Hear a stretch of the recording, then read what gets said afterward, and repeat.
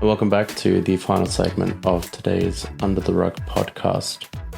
So we've covered quite a lot of ground today. While I don't want it to be all doom and gloom, I do think it's important to quickly go into the ramifications of the abuse you experienced in the church leading into the next church that you found yourself in. How did the impact of all those years of being ran through the gutter affect your perception of the church? And how did it impact on you, be it positively or negatively, on the preceding church experience you've come to have? I was extremely hesitant about simply walking back in. Now, obviously, I knew this is a completely new country, new congregation, new leaders. So, of course, wanted to go, but I knew very early on that my walls were up. Right. But I was broken. Like, I was a mess. I didn't know who I was, let alone who I was as a mother, as a wife again, who I was outside of my position as a worship leader. Yeah. You know, like my whole identity I felt had been stripped from me because my identity at that point in time was in my position. You know, and so it felt like it was a stripping away of everything where I was now left bare. Like, this is the raw gravitas of Nalini now, you know, that remains. And I had no idea what those remnants actually were. Right. You know, we did start attending the band practices and, you know, I was asked to speak a couple of times. And, you know, there's obviously a lot of love and a lot of passion for the church that just exudes out of us irrespective of what's going on internally. And I think the pastors picked up on that really, really quickly because, you know, I remember the pastor's wife approaching me and saying, look, we would love you to take over the worship team. Oh my gosh, I fled, unfortunately. And I am sad that that was my reaction. And I remember actually, because I was working for a company at that time, I remember actually going to the office on the Monday and being just beside myself that our church pastor had asked me to take over the running of the worship band because of what we had come out of, and, you know, quite openly sharing with my non-Christian colleague, you know, just how nervous I was at the thought of taking up that kind of position again, and how I felt like I was being cornered. Yeah.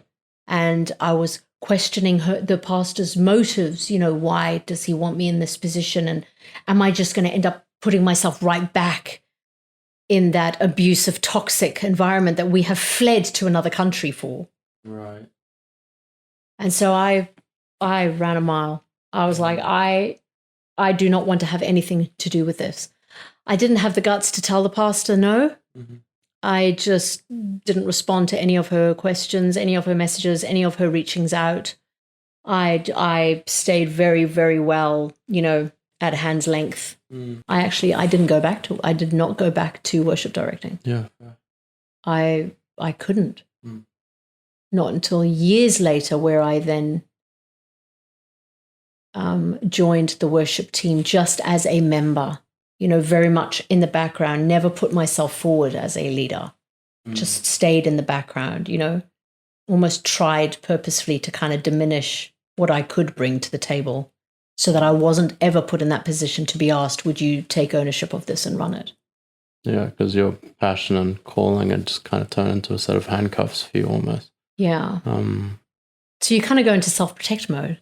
Trying to hide your talents and make sure that no one's able to abuse so that you you can't for them. see me, so then you can't abuse me. Right. Yeah, that is unfortunate because I think, once again, that's something so many people go through. Yeah. So many people get stung by the church, get abused by the leadership, and you go and ask them, you know, why is it that you don't utilize your talents in church?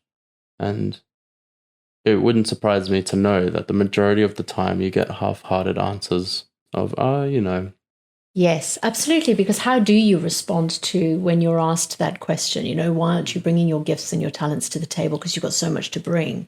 How do you then say to this new pastor in front of you, I mean, dude, I've been abused so badly in the church. If I get back up and start serving in your church, I could end up falling into that very same trap of abuse. Yeah. At this point in time, if a pastor were to approach you regarding seeking you up as a worship leader or an influencer or something or other, and you felt apprehensive, but you felt confident enough to give him a direct answer, what would you say? What would be something that other creatives or other people in your shoes could say that simultaneously effectively communicates the message of, I've had my wings clipped in the past, Yeah. but also indicates to them that, look, I'm still passionate about the church? Yeah. I think the answer would be twofold. I think it depends on the individual. If being approached again to be a part of the worship team is part and parcel of that individual's calling going forward, and they felt that, yes, this is very much in alignment with where I am heading in my calling, but was hesitant in the moment, I would say, can you give me some time to think about it? Yeah. Give me some time to think and pray about it, and I'll get back to you. I am confident enough to say that. And I believe that the leader would also be respectful enough to understand that, and to agree to that. If, however, you felt strongly and there was no hesitation whatsoever, that yes, it's time for me to pick up this baton again and I need to plug in and get involved, 100% do it. Go for it. Because we cannot be judging our new leaders based on our previous leaders' actions. That's unfair, right? Yeah. Trust that the Lord is going to give you that discernment and that wisdom and that clarity to know if things shift, okay, this is heading down the same rabbit hole as previously. I need to get out before it gets any worse. Yeah. Okay. But to refuse to get back up again and allow the rest of your life to be robbed of the opportunity to give and to utilize your gifts and your skills and your talents that God has bestowed upon you to bring to the house to edify the body because of one man or one woman. Oh my gosh, that would be devastating. That would be devastating, not only to you and to your own growth, but to the church. Like the church ultimately then is going to miss out. You see, and I think that's where I come in, right, is my heart is the ripple effect of one man's actions can be so catastrophic down the line for generations. Because then what happens is you end up with a mum and dad who now raise their children. We don't go to church. We don't believe in church. Why? They won't open up to their kids about the why. But if we were to delve into that, they're backstabbers, they're narcissistic, they're abusive. Yeah. Don't want to go there. No, we don't believe in God. There is no such thing as a God, because if there was, he wouldn't allow me to go through that. Yeah, but hang on. I went through it and I learned a hell of a lot. And I think it's brought to the surface that this is something that needs to be addressed. We, the church, who is made up of us, need to own that we, the church, have stuffed up. Yeah. We are broken. We are messed up individuals. And some of us are narcissistic. And we need to deal with that narcissistic shite. Like go and get counseling, go and see a psychologist and deal with that. It's time for us to, not put a Band-Aid on these things or brush them under the rug and hope that they're just going to go away, because what it's doing is it's defaming the church. Yeah. One thing, actually, before you go to the next question, that I have realized is that passage that talks about the harvest being plentiful, but the laborers being few. I know where the laborers are few. It's because they're broken and they're hurt. And they've been left like it's as if they've experienced a spiritual hit and run. Yep. And the culprits just disappeared off into the sunset to their next victim. Mm-hmm. And they've been left spinning on the road in that place of limbo, don't know what now. Mm-hmm. That's why the laborers are few. Yeah. So that's really the purpose of this conversation, is to say, come on, it's time to get back up now. We cannot stay broken and damaged on the roadside because of one man's actions. Yeah. But then my journey of healing, that took time. At first, I first had to get to that revelation that this was abuse. And then I had to come to that point of forgiveness. Yeah. I had to forgive the perpetrators from the bottom of my heart. I'm not going to carry their shite with me for the rest of my life. I've got to let go. I've got to forgive and let go. I've got to forgive myself for the things I blamed myself for. Yeah. And kind of start again. And then what's next? Well, then now start getting back up. Yeah. Plant yourself in the house of God again. Don't put your walls up. Don't be the one standing at the back of the auditorium with your arms folded. I get that. I've been there myself. Get involved. Bring your gifts to the table to edify the body of Christ. But this time, different. Maybe this seems like a bit of a funny, oddball question to throw after having given a bit of a slam down to church leadership in general, but what is a pastor to do if allegiances form in his congregation or in his leadership with the plan to try and take things down and to undo the systems that are in place? Yeah. Not out of a sense of wanting positive reform, because that would come about through inclusive communication, but rather behind the scenes. Yes. How can we undermine this? I will go back to that passage when I painted the picture of King Saul, who at that point in time had turned against God, all right? And he became a threat to David. And David chose to flee. David chose to run. There was an opportune time for David to kill Saul. But he received that word from the Lord, which is that one that says, the Lord forbid that I should do this thing to my master, the Lord's anointed, to stretch out my hand against him, seeing he is the anointed of the Lord. So for those who do pledge allegiances with those who are bringing divisiveness and destruction and want to tear down what the leaders are trying to build, that is rebellion now against the Lord's anointed. Gosh, that's a very dangerous place to be in. Okay, extremely dangerous. What does the word say about rebellion? Well, rebellion is like divination. It is like witchcraft. Okay, 1 Samuel 15 speaks clearly about this. When the prophet Samuel was actually speaking to Saul, he said, for rebellion is as the sin of witchcraft, and stubbornness is as iniquity and idolatry. Okay, so your question is, all right, so then what does the pastor do then when this is what's happening in the undercurrent of his church? Well, what do you do when a brother sins against you? Because this is sinning against you, right? Well, Matthew 18 is clear on that. I'll just read this to you. Matthew 18 from verse 15, it says, if your brother sins, go and show him his fault in private. So pull that individual aside and have a private conversation. If he listens and pays attention to you, you have won back your brother. Yay, battle won. But if he does not listen, take along with you 1 or 2 others, so that every word may be confirmed by the testimony of 2 or 3 witnesses.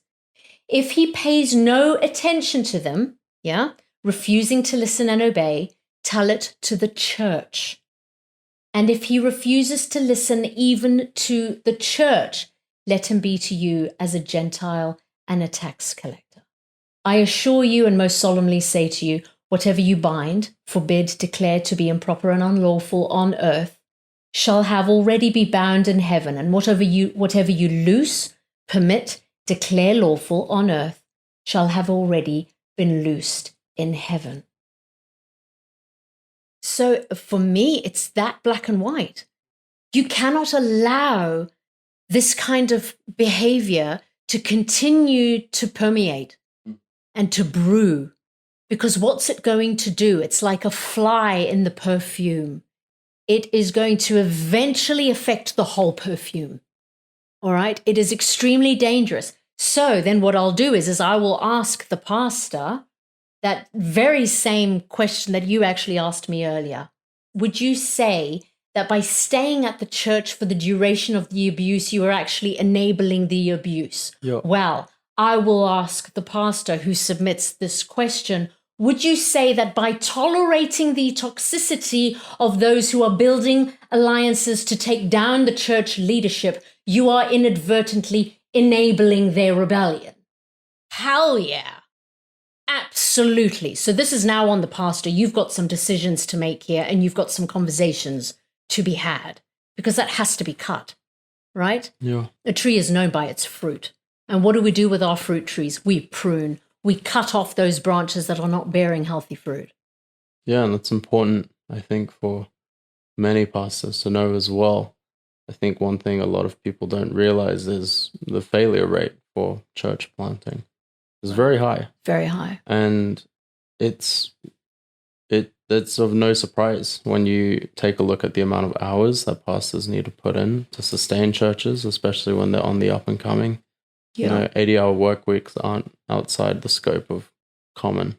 Yeah. And yeah, the whole situation of the church now, it's a culmination of these multiple different factors. It's the abuse in the leadership, but it's also the leadership being abused by allegiances and by division. Yeah. And ultimately, I feel like the stories that you're going to unravel with this podcast, the stories that you've got of your own to talk about, and there are many more that we haven't had time to discuss today, are really going to highlight the importance of that unity between all levels of the church. Yes. From the congregation to the ushers, to the leadership, to the pastors, to the elders, everybody involved needs to be unified under one solid righteous conviction. There can't be any division, and we need to make sure that nobody's exiting through the back door. And I think that you're going to be able to illustrate that beautifully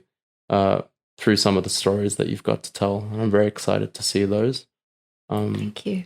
And I'm very thankful that you take the time out of your busy schedule to Thank you. have this little meeting. I think this is going to be invaluable for a lot of people. Yeah, I believe that too. I absolutely believe that. And I think, if anything, I just want to leave the listener with is, and especially church leaders and members as well, is having these conversations are so important. I think sometimes shepherds of flocks have the same mindset as parents of small children, where all you want to do is protect them, from the vicious foxes and anything that could come and kill, steal, and destroy. And you just want to protect them. And so you even protect them from exposing them to these kind of truths.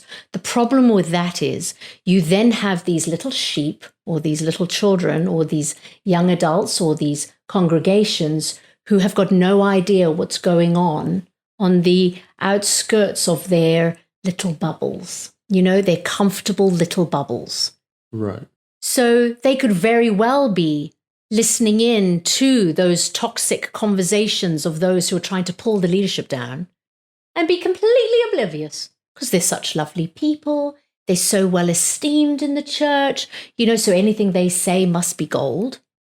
And so we're then not equipping our flock, our people, with the resources and the tools to be able to identify the schemers, to be able to identify the narcissists, right? Until it's too late. And we're already in the fox's mouth, wiggling our way out, desperately trying to wiggle our way out. So I think, if anything, what I want to leave people with today is let's start having these conversations, even with our church people.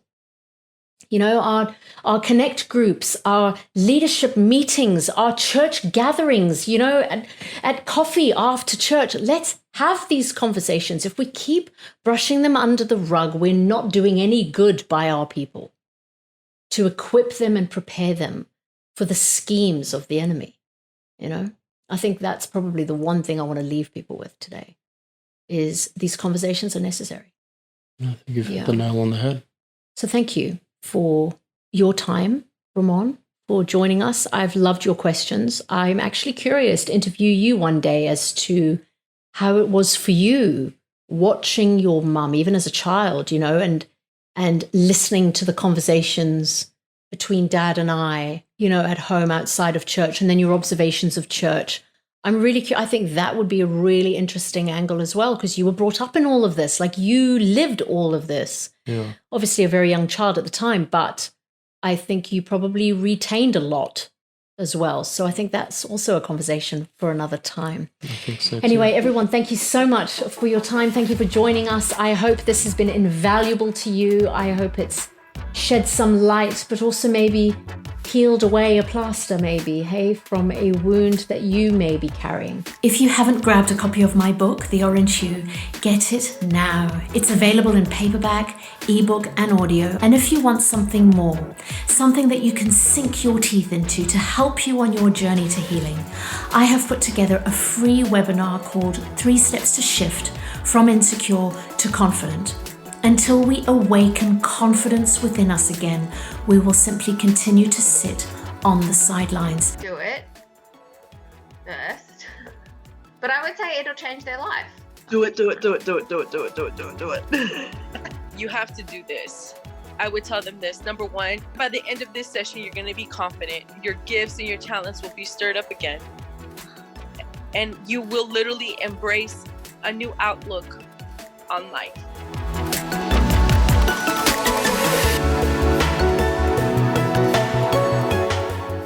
If you're in the aftermath of a painful journey, come and join me for Ripple of Revival, an online gathering of worship, word, prayer, and prophecy. Come and experience a fresh touch from heaven.